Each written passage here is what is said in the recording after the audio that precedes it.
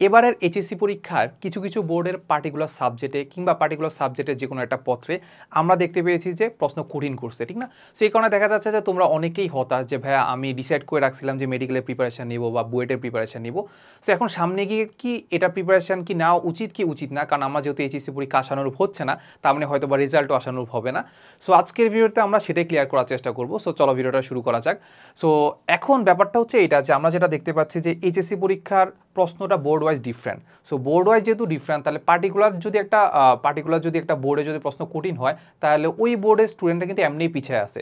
এখন পিছানোর ব্যাপারটা বুঝায় যে মানে অ্যাডমিশনে গিয়ে তো সবাইকে একসাথে পরীক্ষা দিতে হবে, কিন্তু প্রবলেমটা কখন হচ্ছে? প্রবলেমটা যেটা হচ্ছে সেটা হচ্ছে আমাদের বুয়েটের ক্ষেত্রে।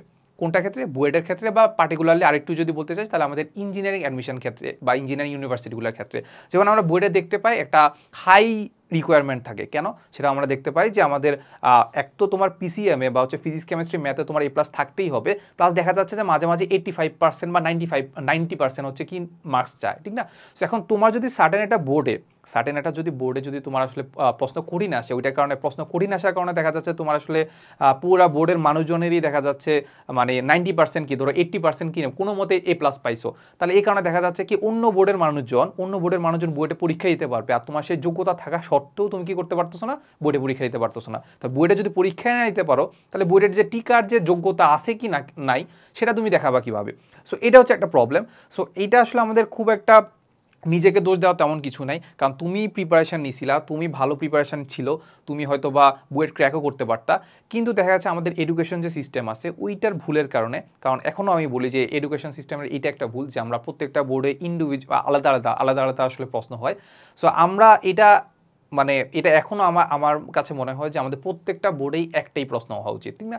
সো এই একটা হলে তাহলে বলা যায় যে একটা একই প্যারামিটারে সবাইকে আসলে কি হচ্ছে জাজ করা হবে। সো এটা যেহেতু হচ্ছে না, এটা আসলে আমাদের তেমন কিছু করার নাই। বাট আমি যেটা তোমাকে বলতে পারি যে যেহেতু আমাদের একটা সার্টেন বোর্ডে যেহেতু প্রশ্ন অনেক কঠিন হয়েছে, তাহলে এটা যেহেতু হয়ে গেছে, এখানে আসলে তোমার আসলে মন খারাপ করারও তেমন কিছু নাই। বাট প্রবলেমটা হচ্ছে কি, এখন তুমি ইঞ্জিনিয়ারিং প্রিপারেশন নিবা কিনা, কি করবা, ইঞ্জিনিয়ারিং প্রিপারেশন নিবা কিনা। তো সবার আগে আমি দেখি যে আমাদের মেডিকেলের প্রিপারেশন নিবা কিনা, সেটা যদি আমরা দেখি, ঠিক আছে? সো মেডিকেলের ক্ষেত্রে আমাদের কিন্তু ওই যে পিসিএমে 90% 85% লাগে না, ওটা কিছুই লাগে না। লাগে কোনটা? সেটা হচ্ছে আমাদের A+ লাগে। A+-এর যদি নিচে নামে তখন হচ্ছে মার্কস কাটা যায়, ঠিক না? সো এখন যেটা হচ্ছে যতদিন পর্যন্ত হয়তো বা 1 মাস কিংবা 1.5 মাসের মতো তোমার এইচএসসি পরীক্ষার সময় নিবে, রেজাল্ট দিতে সময় নিবে। সো এই টাইমটাতে তুমি মেডিকেলের যদি প্রিপারেশন নেওয়ার যদি ডিসাইড করে রাখো, তাহলে মেডিকেলের প্রিপারেশন নেওয়া শুরু করে দাও, বা সামনেই তো শুরু করে দিবা, ঠিক আছে? সো মেডিকেলের প্রিপারেশন কি করবা? সো মেডিকেলের ক্ষেত্রে যদি আমি বলি মেডিকেলের প্রিপারেশন নাও, মেডিকেলে কি প্রিপারেশন নিতে থাকবা। সো নেওয়ার পরে তোমার ধরো 1 মাস কিংবা 1.5 মাস পরে তোমার এইচএসসি রেজাল্ট দিছে। কিসের রেজাল্ট দিছে? এইচএসসি রেজাল্ট দিছে।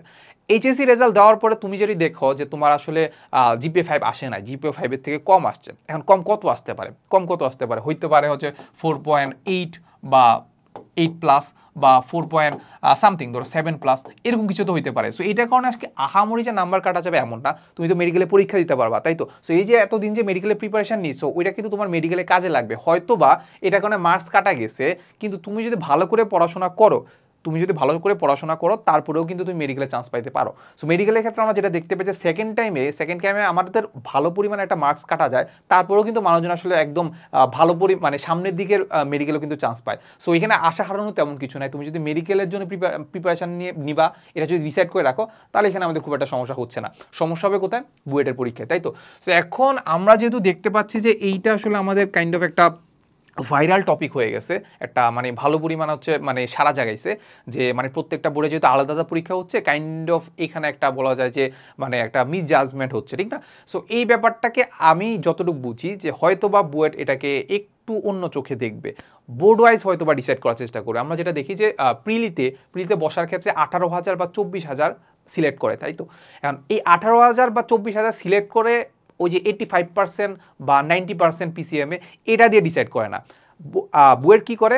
বুয়েট আগে বোর্ডের দিকে তাকায়। প্রত্যেকটা বোর্ডের দিকে তাকায় যে আমাদের 24,000 যদি আমরা নেই তাহলে আমাদের ওই যে র্যাঙ্কিং যেটা আছে ওই র্যাঙ্কিং যদি আমরা হিসাব করি যে প্রথম 24,000, সো প্রথম 24,000 আসলে আমাদের মোটামুটি বলা যায় যে তারা কত পার্সেন্ট নাম্বার পাইছে। সো ওইটা হিসাব করে যে বলে যে হয়তো বা 90% লাগবে বা 85% লাগবে। বুঝা গেছে ব্যাপারটা? তারা অলওয়েজ নাম্বারের দিকে তাকায় না, টাকা হচ্ছে তারা 24,000 জনকে পরীক্ষা দিতে দিবে, তাহলে ওই হিসাবে তাদের কত নাম্বার লাগতেছে। বুঝা গেছে? সো এখন আশা করি যে আমাদের বুয়েট বা অন্যান্য ইঞ্জিনিয়ারিং ইউনিভার্সিটি যেগুলো আছে ওইগুলো হয়তো বা বোর্ড ওয়াইজ আলাদা করে ডিসাইড করবে, বাট এটা করলে আসলে ভালো হয়। বাট যদি না করে তাহলে আসলে আমাদের বলা যায় যে ব্যাড লাক, এটা আসলে কিছু করার নাই। সো যেটা বলবো, এখন যদি এরকম হইতে পারে, সো এটা এখন মাথায় নেওয়া দরকার নাই। তোমার সামনে হয়তো আরেকটা পরীক্ষা আছে, কেমিস্ট্রি সেকেন্ড পেপার, আর তুমি যদি ভিডিওটা পরে দেখে থাকো তাহলে তোমার তো পরীক্ষা নাই। সো যেটা করবা সেটা হচ্ছে এইটা একদমই মাথায় নিবা না, তোমার আসলে পরীক্ষা খারাপ হয়েছে, পরীক্ষা খারাপ হলে হয়েছে, সমস্যা নাই। তো যেটা করবা, ইঞ্জিনিয়ারিং প্রিপারেশন নেওয়ার যদি ইচ্ছা থাকে ইঞ্জিনিয়ারিং প্রিপারেশন নেওয়া শুরু করে দাও। সিম্পলি কি করবা, ইঞ্জিনিয়ারিং প্রিপারেশন নেওয়া শুরু করে দাও, ইঞ্জিনিয়ারিং প্রিপারেশন নেওয়া কি শুরু করে দাও। ওকে, সো ইঞ্জিনিয়ারিং প্রিপারেশন নিলা, তারপর 1.5 মাস পরে তোমার রেজাল্ট দিল যে তোমার আসলে ইঞ্জিনিয়ারিং বা বুয়েটে পড়ার যে যোগ্যতা আছে সেটা তোমার নাই। এখন তুমি বলো তো 1.5 মাস পরে তোমার যদি রেজাল্ট দেয় তুমি বুঝবা কিভাবে যে মানে তোমার যোগ্যতা আছে নাকি নাই? কারণ বুয়েটের সার্কুলার তো এখনো দেয় নাই। আগের সার্কুলার দেখে জাজ করবা না, কি করবা না, আগের সার্কুলার দেখে জাজ করবা। যেটা জাজ করবা সেটা হচ্ছে তোমার আসলে মানে আশানুরূপ হয়েছে নাকি না। সো ধরে নিচ্ছি তোমার আশানুরূপ হয় নাই, তারপরেও তুমি ইঞ্জিনিয়ারিং প্রিপারেশন চালায় যাবা, ইঞ্জিনিয়ারিং প্রিপারেশন চালায় যাবা। যদি তোমার এমন হয় যে দুর্ভাগ্যবশত তোমার বুয়েটে তুমি পরীক্ষা দিতে পারবা না, সমস্যা নাই, চুয়েট আছে তো, চুয়েট নাই, কুয়েট আছে তো, রুয়েট আছে তো, আইওটি আছে তো, সাস্ট আছে তো, সবগুলো তো ইঞ্জিনিয়ারিং ইউনিভার্সিটি, ঠিক না? সো এখন বুয়েট হয় নাই দেখে মানে এত মন খারাপ করারও তেমন কিছু নাই। সো বুয়েট না হলে বাকিগুলোতে হবা, সমস্যা নেই। এখন তুমি যদি ইঞ্জিনিয়ারিং প্রিপারেশন নাও, ইঞ্জিনিয়ারিং প্রিপারেশন নিচ্ছ, তোমার এইচএসসিতে ভালো করার ক্যাপাবিলিটি ছিল, বাট ওই যে প্রশ্ন কঠিন হওয়ার কারণে তুমি হয়তো বা ভালো রেজাল্ট করতে পারো নাই, বাট সমস্যা নাই, তুমি ইঞ্জিনিয়ারিং প্রিপারেশন নিচ্ছ না, ইঞ্জিনিয়ারিং প্রিপারেশন যদি নাও তোমার এইখান থেকে যদি ভালো করে প্রিপারেশন নাও তোমার ভার্সিটি হয়ে যাবে। ইঞ্জিনিয়ারিং প্রিপারেশন যদি নাও তোমার ভার্সিটি হয়ে যাবে, আমি তোমাকে লিখে দিলাম। যদি তুমি খারাপ স্টুডেন্ট না হও, মানে খারাপ স্টুডেন্ট বলতে আমি যেটা বুঝাচ্ছি যে বেশি খারাপ স্টুডেন্ট। এখন দেখা যাচ্ছে যে তুমি আসলে 4.5 পাইছো, তার মানে তুমি এইচএসসিতে তোমার বেসিক নাই, বেসিক নাই বলতে তুমি আসলে কোনো প্র্যাকটিসই করো নাই, তাহলে আলটিমেটলি আমাদের ওইটার জন্য এটা সত্য না। বাট তোমার ভালো করার মানে যোগ্যতা ছিল, কিন্তু হয়তোবা এই যে বোর্ডের যে প্রশ্নের ব্যাপারটা ওইটার কারণে হয়তোবা তোমার রেজাল্ট খারাপ হয়েছে, ওইটার কারণে দেখা যাচ্ছে যে তুমি হয়তোবা ইঞ্জিনিয়ারিং কোনো ভার্সিটি পরীক্ষা দিতে পারলা না, বাট ওই ইঞ্জিনিয়ারিং ইউনিভার্সিটিতে ভালো পরীক্ষা দিতে পারলা না, বাট ওইটার যে প্রিপারেশন নিছিল না ওই প্রিপারেশনে তোমার ভার্সিটি হয়ে যাবে, আমি অ্যাটলিস্ট গ্যারান্টি দিচ্ছি। এখন প্রিপারেশন পুরোপুরি হবে না, হয়তোবা এখানে এক্সট্রা কি করতে হবে, এক্সট্রা হয়তো বা বায়োলজি পড়া লাগতে পারে, বায়োলজি বাদ দিলাম, হয়তো বা ইংলিশ পড়া লাগতে পারে। সো এই ব্যাপারগুলো যদি দেখো, প্লাস হচ্ছে আবার আমাদের ভার্সিটির ক্ষেত্রে হয়তো বা একটু ম্যাথ ছাড়া মানে ক্যালকুলেটার ছাড়া যে ম্যাথ করার ব্যাপারটা এটা লাগতে পারে, হয়তো বা কিছু শর্টকাটস লাগতে পারে, হয়তো বা কিছু টিপস লাগতে পারে। সো এই ব্যাপারটা যদি দেখো তাহলে আলটিমেটলি আমাদের ভার্সিটি প্রিপারেশন হয়ে যাচ্ছে। সো ইঞ্জিনিয়ারিং প্রিপারেশন নিতে থাকবা, যখনই বুয়েটের সার্কুলার দিচ্ছে তখন মোটামুটি তুমি অনেক দিন ইঞ্জিনিয়ারিং প্রিপারেশন নিয়ে ফেলছো, ফিজিক্স কেমিস্ট্রি ম্যাথ সবগুলো একদম ভালো করে পড়াশোনা শেষ। এরপরে তুমি যাবে, যদি মনে হয় যে না আমি বুয়েটে পরীক্ষা দিতে পারবো না, রুয়েটে পরীক্ষা দিতে পারবো না, ডিরেক্ট চলে যাবো ভার্সিটি প্রিপারেশনে। ভার্সিটি প্রিপারেশনের জন্য আলাদা কোনো কোচিং করা লাগবে না, কি করবা, জাস্ট কোশ্চেন ব্যাংকটা দেখবা, কোশ্চেন ব্যাংকটা দেখলেই হচ্ছে। সো এই কারণে আমি জাস্ট একটু বলে রাখি যে আমাদের যে হালকোর ইঞ্জিনিয়ারিং অ্যাডমিশন যেটা আছে এটাতে কিন্তু আলটিমেটলি আমরা ভার্সিটি যে বায়োলজি ক্লাসগুলো ওইটাও তোমাকে ইনক্লুড করে দিচ্ছি, ঠিক আছে? সো তুমি ডেসক্রিপশনে লিঙ্ক দেওয়া আছে, তুমি ডেমো ক্লাসগুলো দেখতে পারো। আর 20 তারিখের আগে আমাদের কিন্তু একটা অফার চলতেছে, সেটা হচ্ছে আমাদের AD25 কুপনটা। এই AD25 কুপনটা যদি অ্যাপ্লাই করো, আমাদের প্রথম যে 500 জন আছে তাদের জন্য কিন্তু 25% একদম ফ্ল্যাট ডিসকাউন্ট পেয়ে যাবে, ঠিক আছে?